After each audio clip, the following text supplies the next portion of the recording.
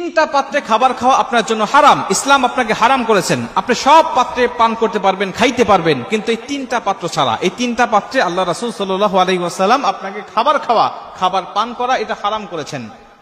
সহিহ হাদিসের বর্ণনা এই তিনটি হাদিস বর্ণনা করা হয়েছে। প্রথম নম্বরে, স্বর্ণের পাত্রে আপনি খাইতে পারবেন না।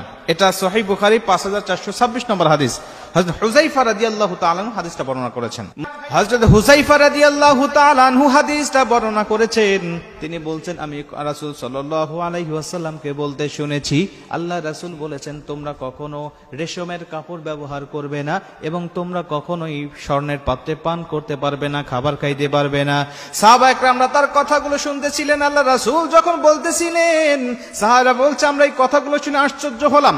এরপরে দেখে আল্লাহ রাসূল নিজেই বলতেছেন, শোনো, এই স্বর্ণের পাত্রে এবং রেশমের কাপড় ব্যবহার করে ইহুদি খ্রিস্টানেরা, এটা তারা দুনিয়ার জমিনে ব্যবহার করবে, দুনিয়ার জমিন এই সমস্ত পাত্রে তারা খাইবে।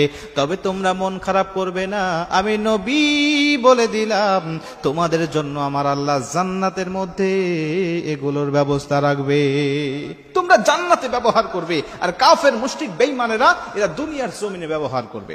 মুসলমান, তাহলে এক নম্বরে আপনি খাবার খাইতে পারবেন না, সেটা হলো স্বর্ণের পাত্রে।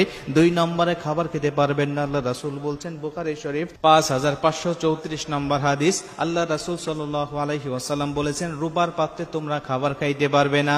আল্লাহ রাসূল বললেন, যেই ব্যক্তি রূপার পাত্রে খাবার খায়, ওই ব্যক্তি পেটের মধ্যে যা ঢোকালো সব জাহান্নামের আগুন ঢোকালো। ফি বুতুনিহিম নারা, ফি মানে মধ্যে, বুতুন মানে পেট, নারা মানে আগুন, সে জাহান্নামের আগুন যেন তার পেটের মধ্যে ঢোকালো। মুসলমান বন্ধু আমার, জন্য রূপার পাত্রে, স্বর্ণের পাত্রে কখনোই খাবার খাবো না। আমরা আজকের থেকে যারা জানি নাই, আজকের থেকে আমলটা করব। যারা খেয়েছেন অতীতের জীবনের জন্য আল্লাহর কাছে তওবা করব। তিন নম্বরে, যেই সমস্ত হালাল পাত্র কিন্তু নাপাকি হয়ে গেছে, এটা পবিত্র করার আগ পর্যন্ত খাবার খাবেন না। অথবা কিছু নাপাকি পাত্র রয়েছে, হারাম পাত্র রয়েছে, এই সমস্ত হারাম পাত্রে আপনার খাবার খাবেন না। কোন হালাল পাত্রে যদি কুকুর মুখ দেয়, আল্লাহর নবী মুসলিম শরীফের হাদিসের বর্ণনায় বলেছেন, ওই পাত্রটা কমপক্ষে 7 বার ধৌত করতে হবে। এরপরে তোমরা ওই পাত্রটাকে খাবারের উপযোগী হিসাবে ব্যবহার করতে পারবে। একটা পাত্রে কুকুর যখন মুখ দেয়, 7 বার ধৌত করার আগ পর্যন্ত তোমরা খাবার খাবে না। আজকে সায়েন্টিস্ট, বিজ্ঞানরা গবেষণা করে বলছেন, এই আধুনিক যুগে এই বিষয়টাই মুহাম্মাদের কথাটা আমরা কেন মানবো? সে তো 1450 বছর আগে কথাটা বলে দিয়ে গেছে। ওই ওল্ড যুগে কথা আমরা এই আধুনিক যুগে আমরা কেন মানবো, কেন বিশ্বাস করব? তারা বলছেন যে আমরা গবেষণা করে দেখলাম, একটা কুকুরকে পাত্রে মুখ দিয়ে আমরা দেখি অগণিত বিষাক্ত জীবাণু, ভয়ঙ্কর জীবাণু এই সমস্ত পাত্রের সাথে মিশে যায়।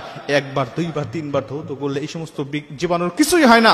যখন এটা 6 থেকে 7 বার ধৌত করা হয়, তখন এই পাত্রটি 100% পবিত্র হয়, এটা 100% জীবাণুমুক্ত হয়।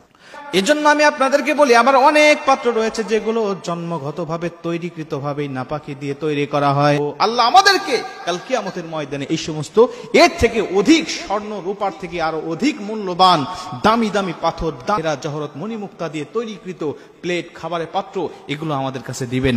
আল্লাহ রাসূল সাল্লাল্লাহু আলাইহি ওয়াসাল্লাম বলেন, এমনও কিছু পাত্র দেওয়া হবে তোমাদেরকে, যে পাত্রের খাবারও তোমাদের উপরে, তোমাদের জন্য খাওয়া হালাল হবে এবং ওই পাত্রটাও তোমরা খাইতে পারবে, এমনকি পাত্র সহকারে খাবার